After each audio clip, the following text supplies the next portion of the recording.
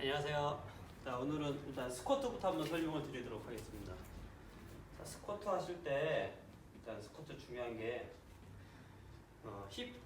힙인지 엉덩이 버딩크 되는 거하고 그다음에 무릎하고 두 가지 설명을 드릴 건데요. 일단은 어깨가 수직으로 내려가서 앉는다는 설명을 많이 드렸어요. 어깨가 수직으로 돼서 내려간다. 어깨가 수직으로 돼서 내려간다.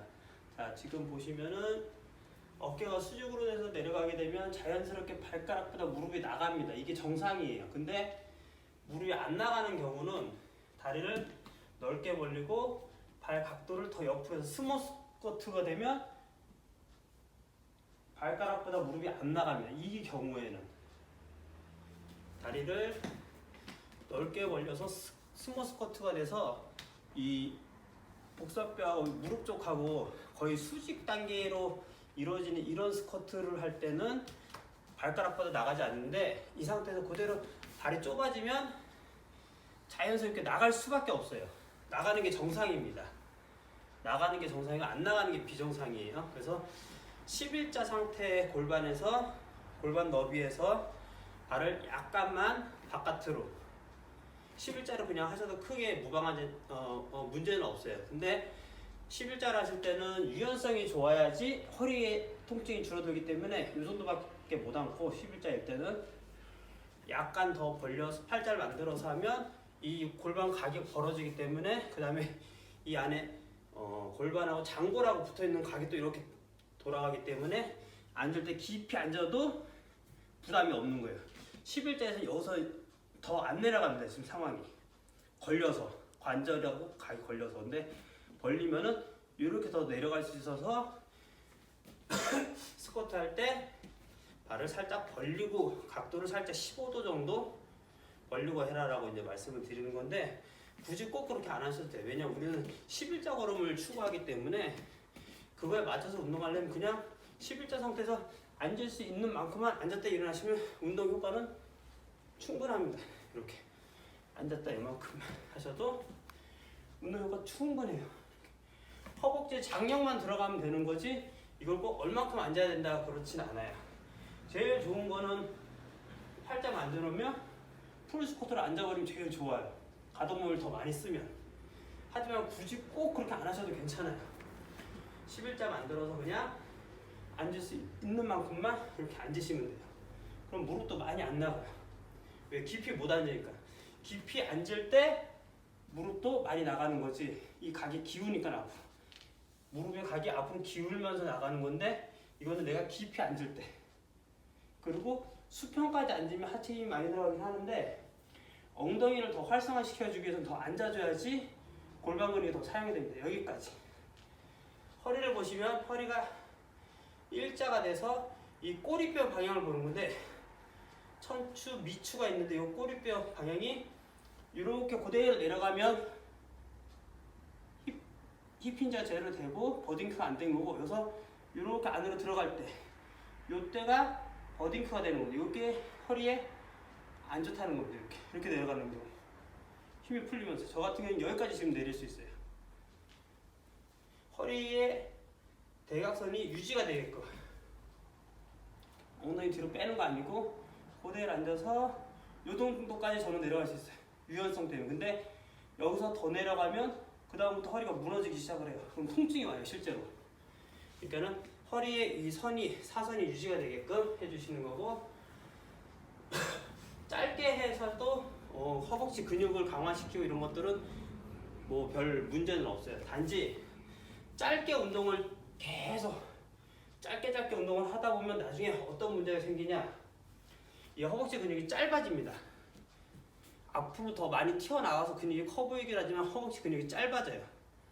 그래서 바디빌딩 하는 사람들은 아령 운동을 할 때, 알통 운동을 할 때 팔을 다 피지 않거든요. 그 결과 나중에 어떻게 되냐, 팔꿈치가 이런 식으로 뜨는 현상이 생겨요. 이렇게 팔꿈치 각도가, 인대가 짧아져요. 근육도 짧아지고. 그래서 가급적이면 다 펴서 운동을 해주는 게 일반인들한테 훨씬 좋습니다. 우리가 특수한 목적을 갖고 하는 게 아니라면 건강 운동은 그냥 팔을 쭉 펴서 인대가 다 사용되게끔 인대 길이. 그렇다고 놔버리는 건 아니고 놓기 전 정도까지 딱. 이건 놓은 거고 이렇게 하면 뒤로 젖혀서 이건 락이 걸린 거고 이건 놓은 거고 이 정도까지만. 그래서 최대 수축과 최대 이완이라고 그러죠. 최대 수축과 최대 이완 여기까지. 근데 정확히 얘기하면 단축성 수축, 신장성 수축, 짧아지는 수축, 길어지는 수축. 놔버리면 안 되고 놔버리는 게 진짜 이완이고 놔버리면 안 되고 짧아지는 수축, 길어지는 수축 이렇게 이해를 하셔야 됩니다. 그래서 스쿼트를 하실 때도 가급적이면 어깨가 무조건 이 복사뼈로 수직으로 내려오면 되고 무릎과 엉덩이 그냥 자연스럽게 앞뒤로 빠지는 거예요.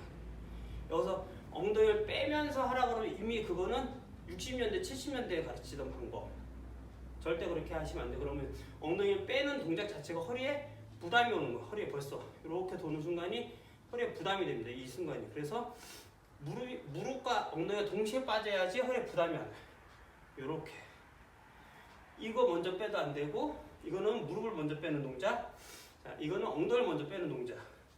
자, 보면 이렇게들 많이들 하실 거예요. 아마 발끝을 안 넘어가려고. 자, 엉덩이 뒤로 빼면서 앉으세요. 이렇게. 이 동작 자체가 허리에 부담을 많이 줍니다. 그래서 그게 아니고 무릎과 엉덩이가 동시에 그대로 빠진다. 그 다음 다시 올라올 때도 동시에 같이 올라온다. 해서 몸은 일자까지만. 또 보면 여기서 엉덩이 운동한다고 이렇게 배를 내미시는 분들이 있어요.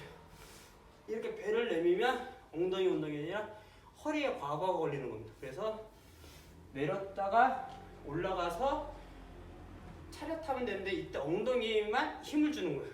엉덩이만. 그러면 아랫배만 움직이게 돼 있어요. 이 윗배가 아니라 아랫배만 움직이면 그때 엉덩이에 힘이 들어간 거다.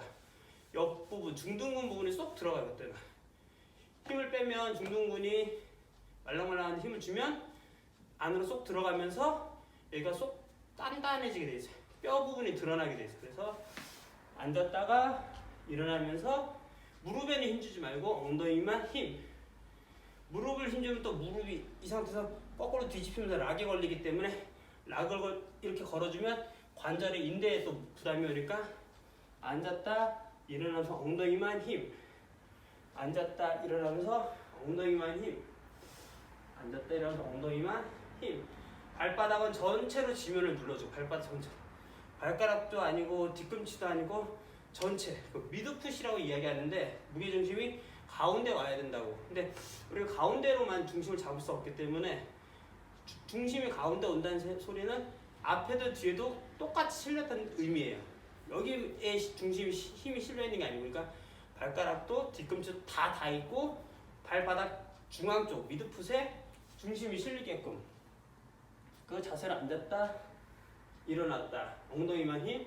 자, 엉덩이 힘주는 거 모르시면 그냥 앉았다 일어났다. 앉았다 일어났다. 무릎은 앞으로 나가도 별 상관이 없다. 그래야 무릎이 오히려 건강해진다. 여기가 짧아지면 이 슬개골이 끌어서 이렇게 올라가요. 위로. 슬개골이 끌어서 올라가면 이 부분, 이 무릎 부분을 슬개골이 덮어주는 건데 얘가 끌어서 올라가 짧아지면 나중에 무릎 꿇고 앉을 수가 없어요. 이렇게 하면 여기 통증이 와서. 그게 슬개골 탈구. 슬개골 탈구. 해서 집에서 키우는 강아지들이 운동 부족으로 여기 근육이 짧아지기 때문에 슬개골이 탈구돼서 병원 가서 수술하게 되는 겁니다. 여기 근육이 사용을 안 하면 짧아지고 단축성으로 너무 사용을 단축성으로 하다 보면 또 짧아지고